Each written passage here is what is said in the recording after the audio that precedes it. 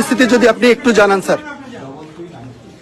এই বিশ্ববিদ্যালয় আমাদের বিশ্ববিদ্যালয় না, এই জাহাঙ্গীরনগর আমাদের জাহাঙ্গীরনগর, এখানে হাজার হাজার ছেলে মেয়ের উপর যে হামলা হয়েছে, পুরো ক্যাম্পাস রক্তাক্ত হচ্ছে, ভিসির সাথে যোগাযোগ করা যাচ্ছে না, কোনো হল প্রবোস্ট কোনো কোথাও নেই।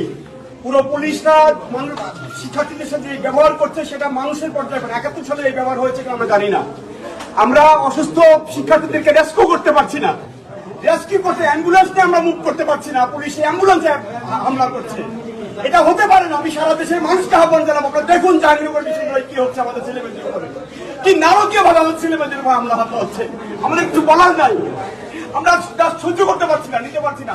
আমরা কিছু লোক এখানে দাঁড়িয়ে আছি আর আমরা নিতে পারছি না।